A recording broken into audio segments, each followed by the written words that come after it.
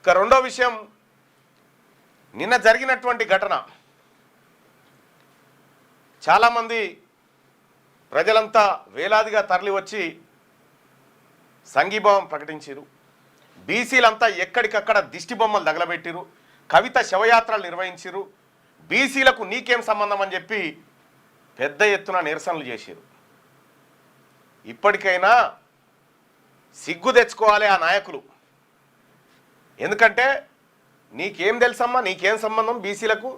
బీసీలకు నీకేం సంబంధము?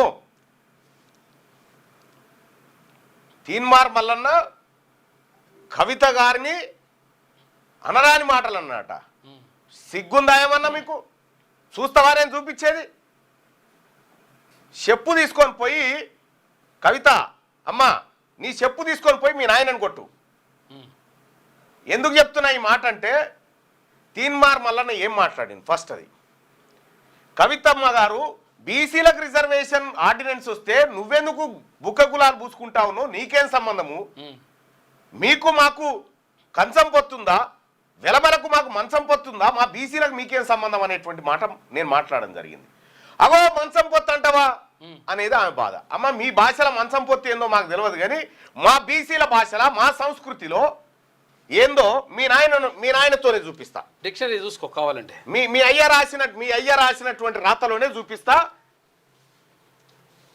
పొయ్యి మీ నాయనని చెడబుట్టినో మీ నాయన కడుపులా. పెళ్లిళ్ళు చేసుకోవడానికి మంచం పొత్తు అంటారు.